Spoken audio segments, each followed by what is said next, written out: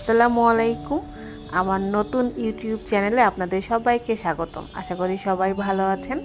আজকে আল্ট্রাসোনোগ্রাম ভিডিওতে 2.5 মাসের একটি বাচ্চাকে দেখানোর চেষ্টা করেছি।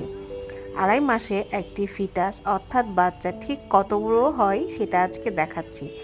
2.5 মাসে একটা বাচ্চার আকৃতিটা অনেকটা চলে আসে, যেমন হাতের আকৃতি, পায়ের, মাথা অর্থাৎ পুরো বডির আকৃতিটা প্রায় চলেই আসে।